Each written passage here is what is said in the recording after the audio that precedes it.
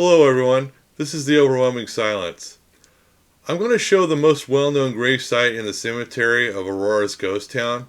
Before I do that, I want to give a short mini biography about the gunfighter William E. Carter. He was born in Tennessee in 1832, and by the age of 18 he was motivated by the gold rush to travel on his own to Placerville, California. By 1855, he was the town marshal of Columbia, California for 2 years. Right away, he ended up killing a vagrant by the name of Martin Hennessy, who had an outstanding warrant on him. On July 4th, 1857, he was part of a posse to capture a murderer of a man called John Leary. Carter ended up being the one who captured the guy. By September 1858, he started working for a local newspaper.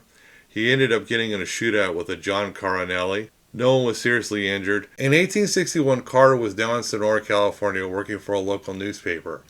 He got into a feud with a rival newspaper editor, H.C. Bennett. Bennett would constantly insult Carter in Bennett's newspaper. Carter challenged him to a duel.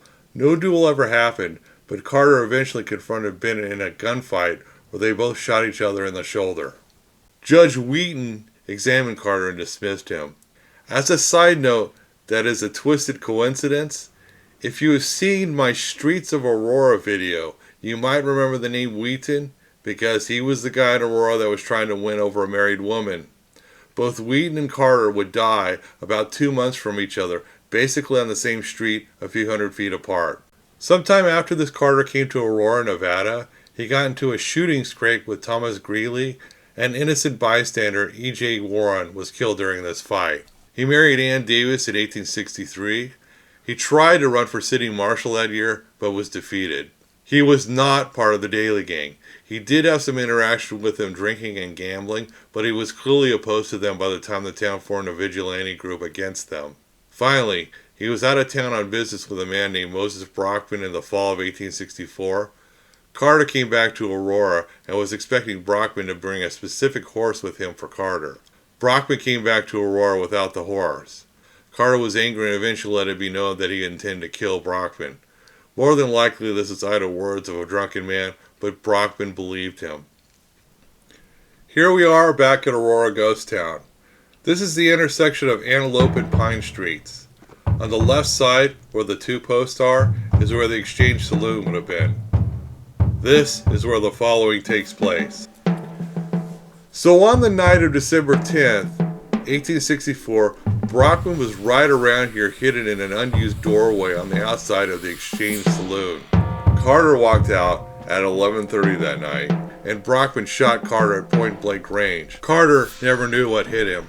The buckshot tore through his neck and his right shoulder, instantly killing him. Due to Carter's reputation and Brockman being known as a peaceful miner, he was let go with a justifiable homicide.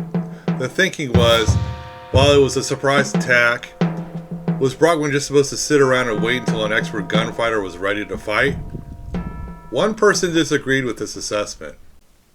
So out here in the middle of nowhere, at the Aurora Cemetery, we find his grave.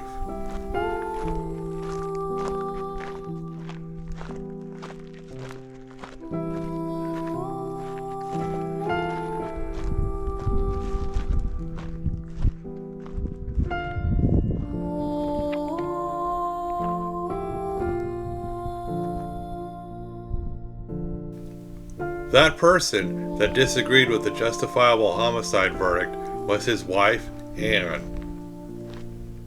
William E. Carter, native of Tennessee, aged 33 years, was assassinated in Aurora on the night of December 10th, 1864. I will avenge, saith the Lord. Erected by his wife, Annie E.